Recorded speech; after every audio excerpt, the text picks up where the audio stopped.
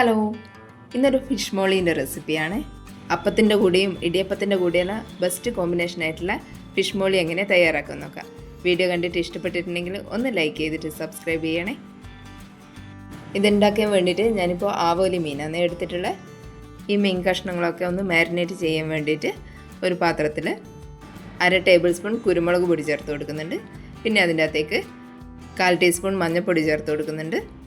കൂടെ തന്നെ 1/2 table spoon ഉപ്പും 1 ടേബിൾ സ്പൂൺ ചെറുനാരങ്ങേൻ്റെ നീരും കൂടി ചേർത്ത് കൊടുക്കുന്നുണ്ട്.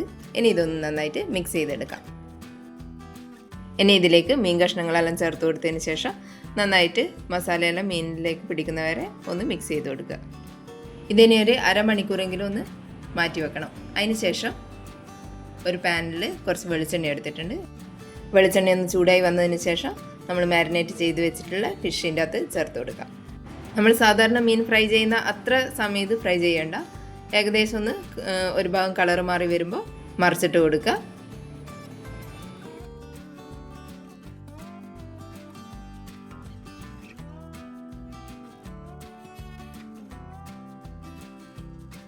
ഇതുപോലെ 2 ഭാഗം ഫ്രൈ ആയി വന്നതിന് ശേഷം ഇത് എണ്ണേൻ്റെ അകത്ത് നിന്ന് എടുത്ത് മാറ്റാം.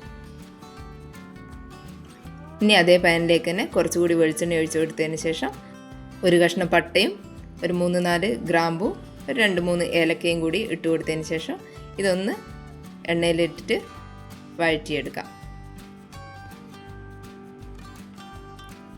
ഇനി ഇതിൻ്റെ അകത്തേക്ക് ചെറുതായിട്ട് അരിഞ്ഞെടുത്തിട്ടുള്ള ഇഞ്ചിയും വെളുത്തുള്ളിയും ചേർത്ത് കൊടുക്കും.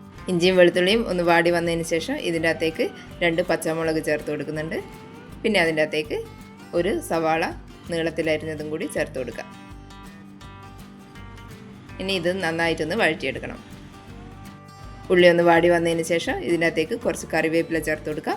പിന്നെ ഒരു 1/4 ടീസ്പൂൺ ഉപ്പും ചേർത്ത് കൊടുക്കുന്നുണ്ട്. 1/4 ടീസ്പൂൺ മഞ്ഞൾപ്പൊടിയും പിന്നെ ഒരു 1/2 ടേബിൾ സ്പൂൺ മല്ലിപ്പൊടി കൂടി ചേർത്ത് കൊടുക്കുന്നുണ്ട്.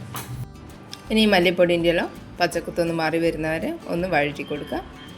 അതിന് ശേഷം അതിൻ്റെ അകത്തേക്ക് 1.5 കപ്പ് തേങ്ങേൻ്റെ 2ാം പാല് ചേർത്ത് കൊടുക്കുന്നുണ്ട്.